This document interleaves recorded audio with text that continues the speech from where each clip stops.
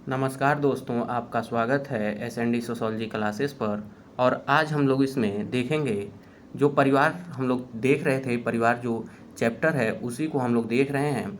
तो उसमें दो पार्ट में हम लोग परिवार को देख चुके हैं, जिसमें पहले में परिवार की परिभाषा थी, दूसरे में परिवार के प्रकार, और आज हम देख रहे हैं परिवार का प्रकार था। और आज तीसरा वीडियो है, यह तीसरी क्लास है परिवार पे।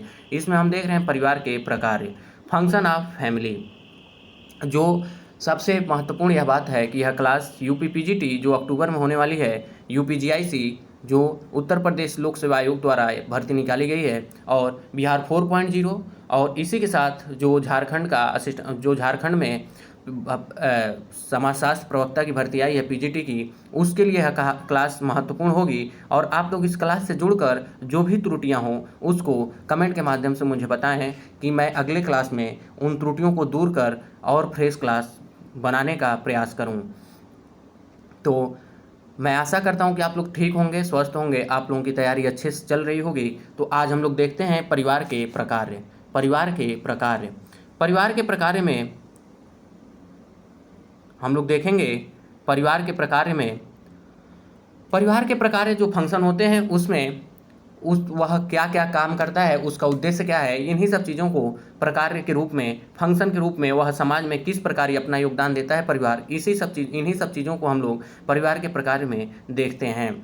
तो देखते हैं जो जॉर्ज पीटर मर्डॉक हैं, जीपी मर्डॉक जिन्होंने 250 समाजों का अध्ययन किया तथा परिवार को एक सार्वभौमिक संस्था कहा है।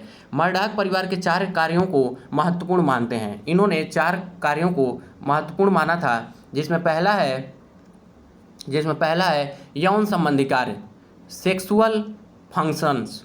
जो यौन संबंधी कार्य है, जो समाज में कहीं भी नहीं की जाती, तो उसे परिवार ही उस आवश्यकता को, व्यक्ति के उस आवश्यकता को पूरा करता है एवं एक वह स्थान देता है एवं सामाजिक रूप से उसे मान्यता भी प्रदान करता है। अगला है, दूसरा इसमें है प्रजनन संबंधी कार्य भी वह परिवार ही, रिप्रोडक्टिव जो फंक्शन होता है, बच्चों का प्रजनन होता है या समाज में व्यक्ति का जो प्रजनन होता है, वह परिवार ही इस कार्य के लिए भी एक स्थान या सामाजिक मान्यता देता है। परिवार के माध्यम से ही उस व्यक्ति को सामाजिक मान्यता मिलती है। तीसरा इसमें है आर्थिक कार्य का मतलब है इकोनॉमिक फंक्शंस। जैसे कि परिवार में हम रहते हैं तो यह सोचते हैं कि अपने परिवार को खाने के लिए हमें कुछ काम करना होगा, बच्चे के लिए, पढ़ाई के लिए, हर चीज़ के लिए, या कपड़े के लिए, मकान बनवाने के लिए, इन सब चीज़ों के लिए हम आर्थिक कार्य भी करते हैं। चौथा है शैक्षिक कार्य सबसे पहले शिक्षा, जो बच्चा होता है उसको परिवार से ही शिक्षा देना या शिक्षित करना प्रारंभ किया जाता है। तो यह 4 प्रकार जो 4 कार्यों का उल्लेख किया था, यह जीपी मर्डॉक ने किया था। जीपी मर्डॉक का प्रश्न आ चुका है, और आप लोग देखेंगे कि जितने भी हम यहाँ परिवार के बारे में पढ़ रहे हैं, यह assistant professor UPGDC, assistant professor PGT, NET में भी यहाँ से प्रश्न बने हैं। आप लोग प्रीवियस ईयर प्रश्न उठाकर देख सकते हैं कि परिवार से जितने भी प्रश्न आए होंगे इस नोट से मिलेंगे। 2-4 प्रश्न ऐसा हो सकता है कि 9 मिले, लेकिन बाकी के पूरे प्रश्न इससे मिलेंगे। ऐसा यह नोट्स बनाया गया है। यह नोट्स मैं खुद बनाया हूँ। तो अगला है आगवर्न एवं निमकाफ ने परिवार के निम्नलिखित कार्यों को उल्लेख किया है। इसमें इन्होंने पहला था स्नेह एवं प्रेम संबंधी कार्य, एफिनल फंक्शन का मतलब होता है अफेक्शनल फंक्शन का मतलब है, जैसे जब हम परिवार को हम लोग देखते हैं तो उसमें स्नेहता एवं घनिष्ठता अधिक होती है। उसमें जैसे कि इमोशंस ज़्यादा जुड़े होते हैं परिवार में। जैसे ही हम परिवार से बाहर निकलते हैं, दूसरे के साथ रहते हैं, तो उतना इमोशंस नहीं जुड़ पाता है जितना परिवार के लोगों से। जैसे भाई भाई में इमोशन, भाई बहन में इमोशन, माता पिता में हम इमोशन, जैसे कि मेरे माँ से हम इमोशन, और मेरे पिताजी से जो इमोशंस हैं वह बाहर के किसी व्यक्ति से नहीं जुड़ सकता जितना अपने परिवार में जुड़ता है। तो इसे स्नेह एवं प्रेम संबंधी कार्य भी परिवार ही करता है। यह आगमन निमकाफ ने बताया था। दूसरा है आर्थिक कार्य, इकोनॉमिक फंक्शन। तो अभी मैं ऊपर बताया, मर्डॉक ने बताया था कि परिवार के पालन पोषण के लिए मकान, कपड़ा, खाना, इन सब चीज़ों के लिए हमें कहीं न कहीं कार्य करने पड़ते हैं, और यह सभी लोगों के लिए ज़रूरत बन जाता है। तीसरा इसमें मनोरंजन संबंधी कार्य। मनोरंजन संबंधी जो कार्य होता है, जैसे कि परिवार कभी कभी हंसी मजाक, जैसे हम लोग जब घर में जब देखते होंगे कि घर में जब बच्चे रहते हैं तो उनके साथ हंसी मजाक, खेलना कूदना, मनोरंजन का भी कार्य घर के बड़े बूढ़े लोग जो होते हैं वह थोड़ा बहुत कर लेते हैं। तो वह परिवार ही यह परिवार ही वह जगह पहले देता है परिवार, क्योंकि परिवार से ही यह सब शुरू होता है एवं एक बच्चा सीखता है। अगला है पालन पोषण अथवा रक्षा संबंधी कार्य। पालन पोषण एवं रक्षा संबंधी कार्य, तो जो प्रोटेक्टिव होता है, प्रोटेक्टिव जो फंक्शंस हैं, जैसे मान लीजिए एक बच्चा जन्म लिया तो ऐसा तो है नहीं कि हम उसको छोड़ दें और वह बड़ा हो जाए, उसके हाथ पैर काम करने लगे, चलने लगे, ऐसा नहीं होता है। उसके साथ उसका ध्यान रखा जाता है, खाने पीने का, मालिश का, दवा का, इन सब चीज़ों को उसको बहुत सुरक्षा दी जाती है छोटे बच्चों को। तो वह सबसे जो शुरू होता है वह परिवार से ही यह भी काम शुरू होता है। यह आगमन निमकाफ का कहना था। अगला है इसमें धार्मिक कार्य। तो रिलीजियस जो फंक्शंस होते हैं वह भी परिवार से ही सीखे जाते हैं। सबसे पहले परिवार ही हमें पूजा पाठ करना सिखाता है, धार्मिक कर्मकांड करने, निर्वाह करने सिखाता है। विवाह जो सबसे महत्वपूर्ण है, हिंदू धर्म में विवाह को धार्मिक माना गया है, तो यह धार्मिक कार्य भी परिवार के माध्यम से ही सीखा जाता है। अगला है इसमें छठा, आगमन निमकाफ का जो कार्य संबंधी प्रकार बताए थे परिवार के, उसमें इन्होंने 6 प्रकार बताए थे। शिक्षा संबंधी कार्य, यह भी लास्ट में बताए कि जो बच्चा होता है वह सबसे पहली शिक्षा, प्राथमिक शिक्षा परिवार से ही वह ग्रहण करता है। अगला इसमें देख लेते हैं अब रीक परिवार के जो रीक हैं, रीक एक सामाजिक वैज्ञानिक हैं, इन्होंने परिवार के कार्यों को 4 भागों में बांटा था। जो 4 परिवार के प्रकार हैं उसको 4 भागों में बांटा था।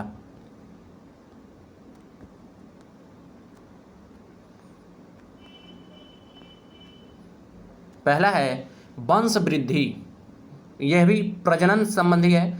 आप प्रजनन का मतलब समझ ही गए कि विवाह जब होता है तो पति पत्नी मिलकर जो परिवार का या बच्चे को जन्म देते हैं तो वह वंश वृद्धि होता है। दूसरा है, रिक ने बताया था समाजीकरण, समाजीकरण।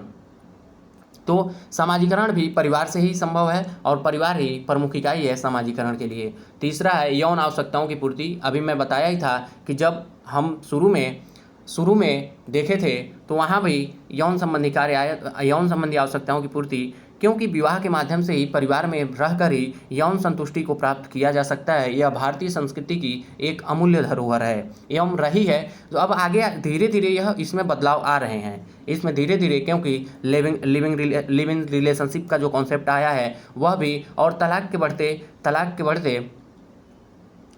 के बढ़ते केस हैं वह भी इसी का कारण है। अगला है चौथा, इसमें देखते हैं आर्थिक कार्य फिर वही आ गया कि बच्चे के पालन पोषण के लिए, परिवार के पालन पोषण के लिए सब इन चीज़ों की आवश्यकता होती है। इसमें देखिए जो परिवार के प्रकार हैं, परिवार का प्रकार अलग होता है, टाइप ऑफ फैमिली अलग होता है और फंक्शन ऑफ फैमिली अलग होता है। तो इसमें दोनों में कंफ्यूज मत होइएगा। हिंदी में एक को प्रकार लिखते हैं, एक को प्रकार्य लिखते हैं, तो इसमें आप लोग कंफ्यूज मत होइएगा। और इसमें ज़्यादा चीज़ें पढ़ने वाली हैं, न कि समझने वाली हैं, क्योंकि यह फैक्चुअल चीज़ें हैं और यह फैक्ट जरूर आते हैं और हमेशा पेपर में पूछे जाते हैं।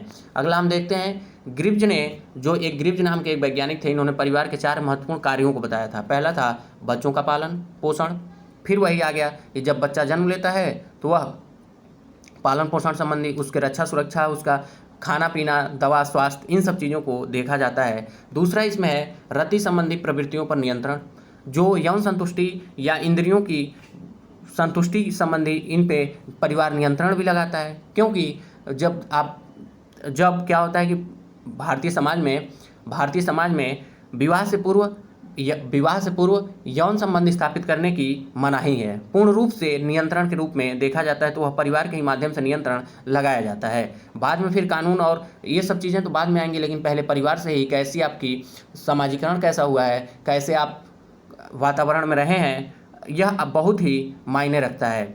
अगला है इसमें तीसरा है सामाजिक विरासत का संग्रह एवं उसका विस्तार। सामाजिक विरासत का संग्रह का तात्पर्य है जैसे कि परिवार, विवाह नामक जो संस्थाएं हैं, नातेदारी जो संस्था है, इसको संग्रह करके रखना एवं उसका विस्तार भी करना, जैसे कि किसी संस्कृति को, भारतीय संस्कृति को संग्रहित करके रखना और विस्तार करना भी परिवार का महत्वपूर्ण कार्यों में से एक है। यह कौन कहा था? तो ग्रिप्स ने कहा था। चौथा है और लास्ट है इनका, आत्मीय संबंधों के लिए अवसर प्रदान करने के लिए व्यवस्था। आत्मीय संबंध जो होते हैं, जैसे कि जो घनिष्ठता होता है, जो घनिष्ठता होता है उसको इन्होंने आत्मीय संबंध कहा था।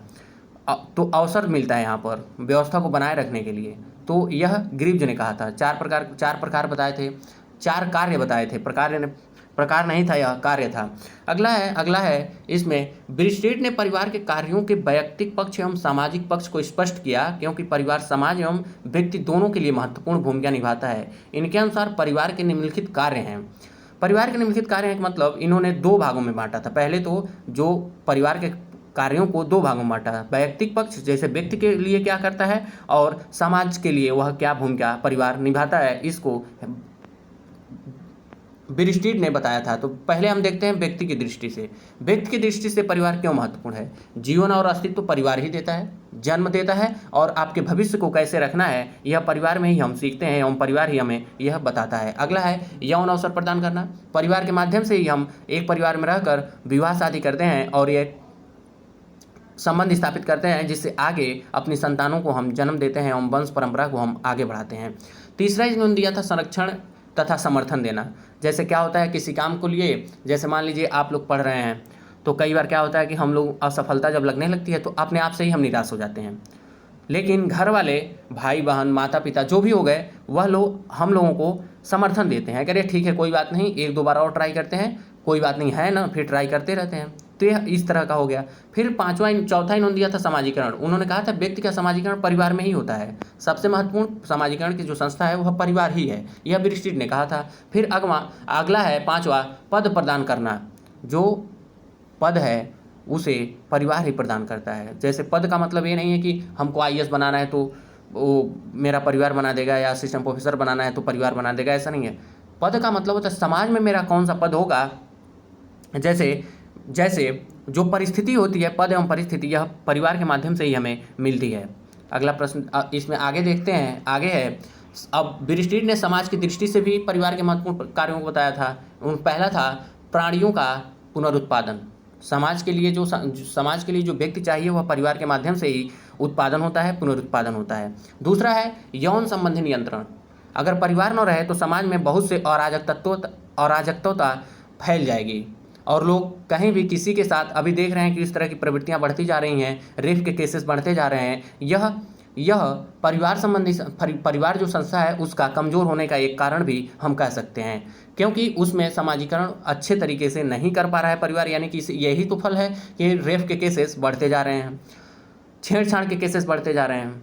अगला है देख रेख करना। जो परिवार है वह समाज के लिए व्यक्ति का देख रेख भी करता है और समाज के अनुरूप उसे बनाता है। यह परिवार का ही कार्य है। तो ब्रिस्टेट ने देख रेख कार्य भी बताया था। चौथा इन्होंने बताया था सांस्कृतिक चरण। परिवार जो होता है वह एक संस्कृति को एक युग से दूसरे युग में परिवार के माध्यम से ही वो पहुंचता है, न कि समाज के माध्यम से। 5वां है सामाजिक समरूपता। परिवार जो है वह समाज में समरूपता लाने का भी कार्य करता है, वह समाज में समरूपता भी लाने का कार्य करता है। जैसे हम देखे होंगे आप लोग, जैसे कि दक्षिण भारत में जिस तरह के परिवार हैं उस तरह के उत्तर भारत में भी लगभग परिवार, या पश्चिम भारत में परिवार पाए जाते हैं, तो इससे समरूपता भी स्थापित होती है। अगला है इसमें हम अब देखते हैं पार्सन्स परिवार के 2 आधारभूत तथा अपरिवर्तनीय प्रकार बताते हैं। पहला इन्होंने बताया था बच्चों का प्राथमिक समाजीकरण। मैं शुरू से ही बता रहा हूँ कि जो परिवार के माध्यम से ही बच्चों का सबसे प्रमुख समाजीकरण जो होता है या प्राथमिक समाजीकरण होता है वह परिवार से ही होता है। बाद में जब बच्चा बात करने, समझने, बूझने लायक हो जाता है तब वह समाज के माध्यम से अपना समाजीकरण करता है। उससे पहले परिवार के माध्यम से ही उसका समाजीकरण किया जाता है। दूसरा है व्यक्तित्व का स्थिरीकरण। परिवार ही व्यक्ति को उसके व्यक्तित्व की पहचान कराता है एवं स्थिरता, उसमें गंभीरता लाता है, वह परिवार के माध्यम से ही आता है, यह पार्सन्स ने कहा था। अगला हम देखते हैं, आगे है पार्सन्स के शब्दों में। पार्सन्स ने परिवार के लिए एक कथन कहा था कि पार्सन्स के शब्दों में परिवार वह कारखाना है जहां व्यक्तित्व का उत्पादन होता है। इन्होंने कहा था परिवार को एक कारखाना के रूप में देखा जहां व्यक्तित्व का मतलब होता है व्यक्ति का उत्पादन किया जाता है। यह प्रश्न कई बार आ चुका है पीजीटी के पेपर में और असिस्टेंट प्रोफेसर के पेपर में यह प्रश्न पूछा जा चुका है। अगला हम देखते हैं मैकाइब्रम पेज परिवार के 3 प्रकारों का उल्लेख करते हैं। देखिए इसमें समझाने लायक कुछ नहीं है, इसमें आप लोगों को याद ही करना पड़ेगा। अगर जिसको ज़रूरत होगी आप लोग मुझे टेलीग्राम चैनल पर टेलीग्राम चैनल पर अगर मैसेज करेंगे तो मैं यह PDF भी आप लोगों को सेंड कर दूंगा, PDF भी सेंड कर दूंगा। मैकैडमी पेज ने 3 प्रकार बताए थे, 3 प्रकार बताए थे या कार्य बताए थे। पहला है यौन संबंधी प्रकार, यही आ गया, फिर तभी से यही तो अभी चल रहा है। फिर अगला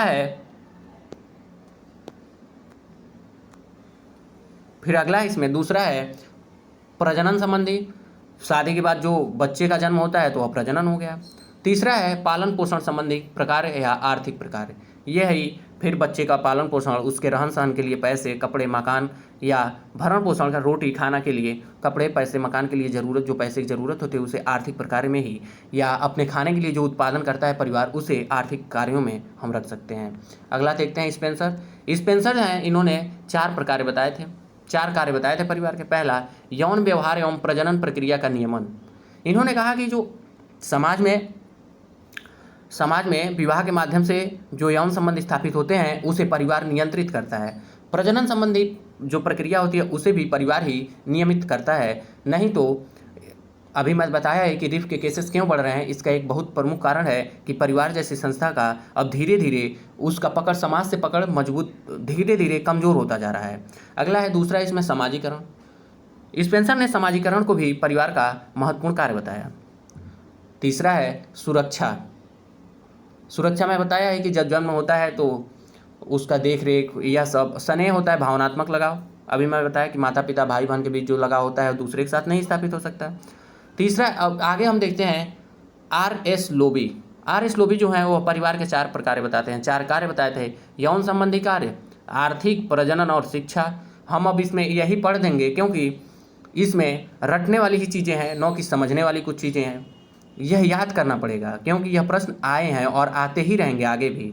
आगे हम देखते हैं डेविस परिवार के 4 प्रमुख सामाजिक प्रकार बताते हैं। यह सामाजिक प्रकार बताए थे। पहला था प्रजनन, दूसरा था नाबालिग बच्चों की देखरेख, तीसरा था नियोजन, चौथा था समाजीकरण। फिर आ गया तो डेविस का बहुत महत्वपूर्ण है क्योंकि डेविस का पूछा गया है और प्रश्न बनने की पूरी संभावना है। फिर आगे हम देखते हैं, आगे है सामान्य रूप से हम परिवार के कार्यों को विवेचना निम्नलिखित रूप से कर सकते हैं, जैसे अब खुद के तौर पे हम लोग कर रहे हैं। पहला है परिवार के जैविक कार्य। इसमें क्या होता है, पहला इसमें है, यह 3 प्रकार से होता है।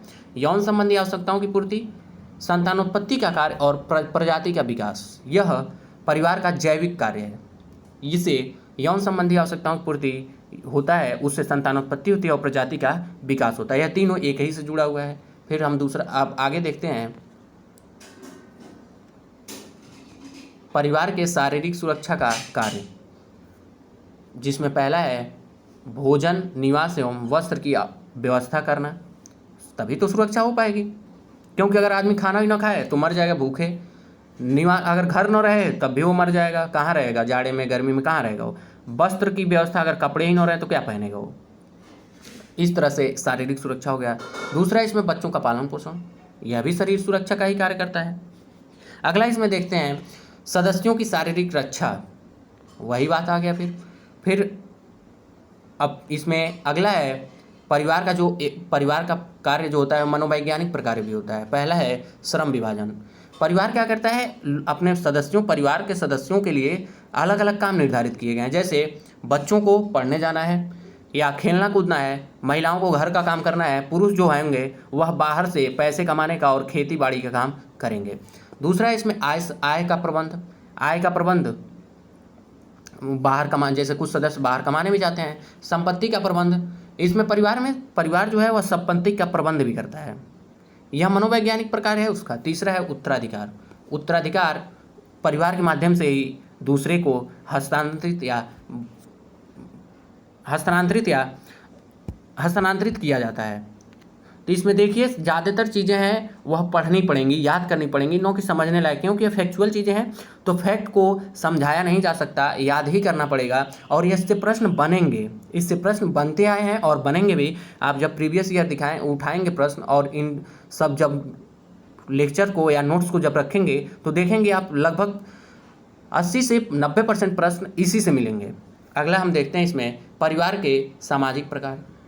अभी हम देखे वहाँ पे 3 देखे हैं, चौथा है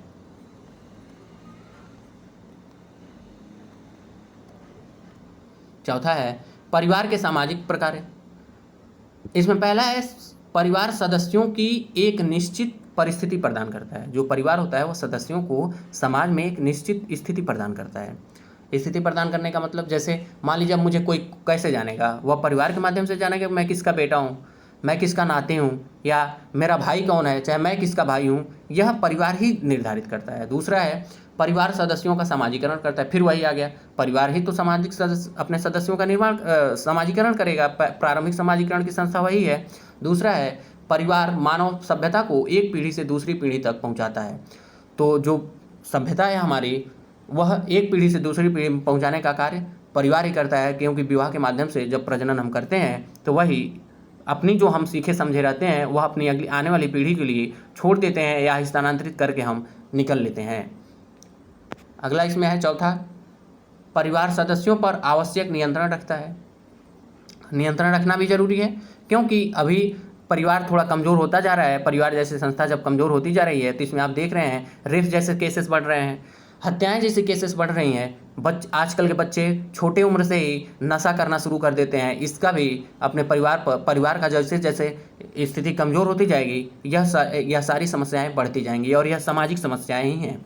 अगला पांचवा, इसमें परिवार सदस्यों को भविष्य के निर्णय लेने में सहायता देता है, क्योंकि जब बैकअप होता है, पीछे आपके लोग खड़े होते हैं, तो आप अपने भविष्य के बारे में अच्छा निर्णय ले सकते हैं। जैसे कि अब हम लोग अपना ही अगर उदाहरण लें तो जैसे क्या होता है कि मान लीजिए हम पढ़ रहे हैं, पढ़ते पढ़ते 2-3 बार पेपर दिए, नहीं हुआ। पहली बार तो पेपर नहीं होते हैं, दूसरी बार अगर दिए तो नहीं हुआ, तो उसमें क्या होता है कि हम लोग अपने आप को असहाय महसूस लगते हैं करने।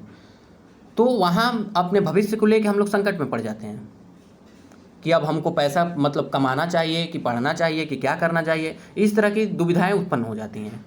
तो इस स्थिति में परिवार ही हमें निर्णय लेने में सहायता करता है। परिवार कहता है, परिवार के सदस्य कहते हैं, माता पिता भाई बहन जो भी हैं वो कहते हैं कि ठीक है चलो कोई बात नहीं, हम हैं, हम देख रहे हैं, तुम आगे अभी अपनी पढ़ाई कंटिन्यू रखो या आगे पढ़ते रहो।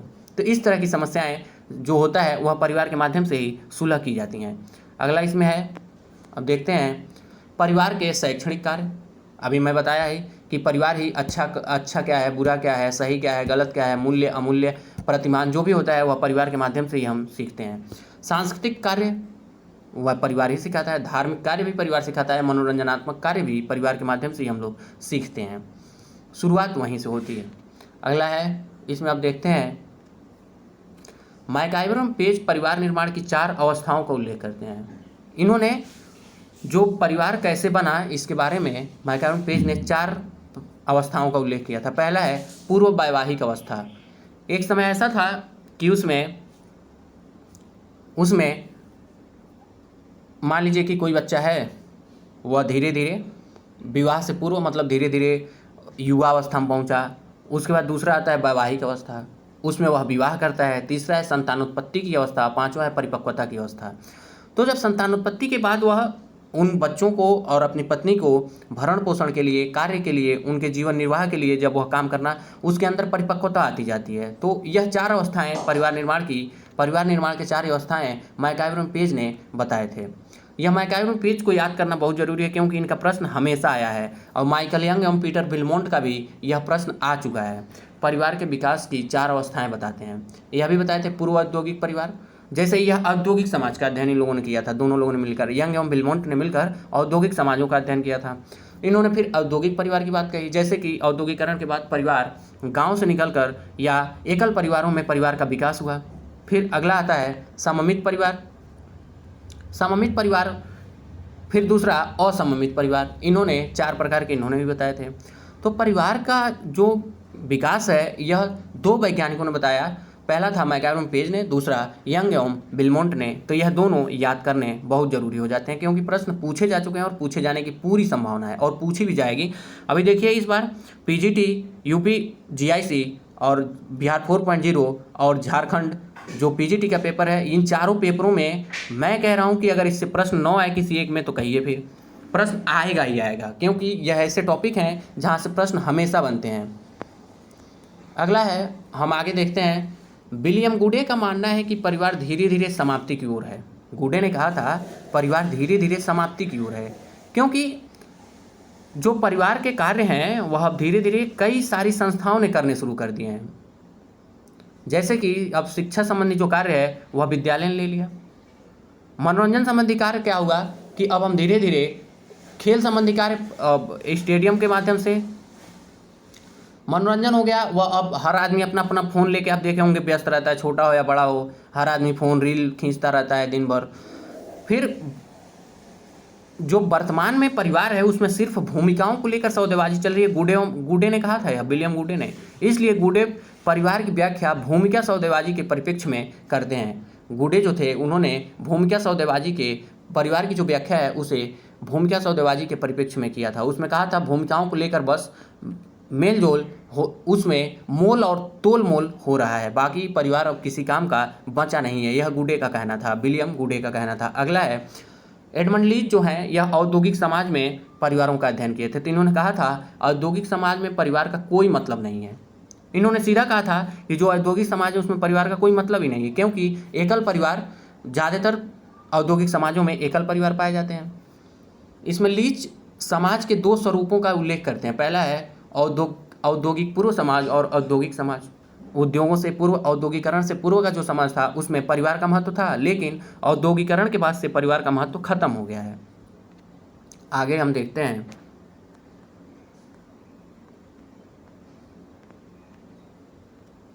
लीच जो थे, एडमंड लीच जो थे, इन्होंने इंग्लिश में एक वर्ड कहा था, the parent are fighter, fight and children are rebel. इनका कहने का मतलब था कि जिस परिवार में अगर माता पिता लड़ रहे हैं तो उस परिवार के बच्चे अलग ही, मतलब रेबल टाइप का उनका बिहेव थोड़ा बदल जाता है। तो यह एडमंड लीच ने कहा था। यह प्रश्न आया नहीं है, लेकिन इसको पढ़ते रहिए, क्योंकि एडमंड लीच परिवार पे बहुत कार्य किए हैं तो उनका प्रश्न पूछा जा सकता है। अगला है वर्तमान औद्योगिक समाज में परिवार संघर्ष का महत्वपूर्ण स्रोत है। यह आप देख रहे हैं कि जैसे जैसे औद्योगिकरण बढ़ता जा रहा है, लोग बाहर निकलते जा रहे हैं, तो परिवार में अब संघर्ष होने शुरू हो गए हैं।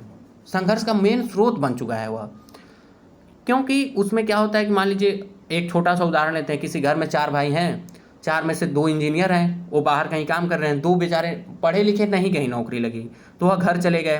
तो अब 2 जो कमा रहे हैं वो ये सोचते हैं कि ये तो 2 कमा ही नहीं रहे हैं, बस ये बैठ के खा रहे हैं, हम दे रहे हैं इन्हें पैसा। तो इस तरह की एक संघर्ष की भावना उत्पन्न हो जाती है परिवार में। इस प्रकार उत्पन्न समस्याओं की तुलना लीच विद्युत परिपथ पर अधिभार से करते हुए कहते हैं कि the nuclear family become an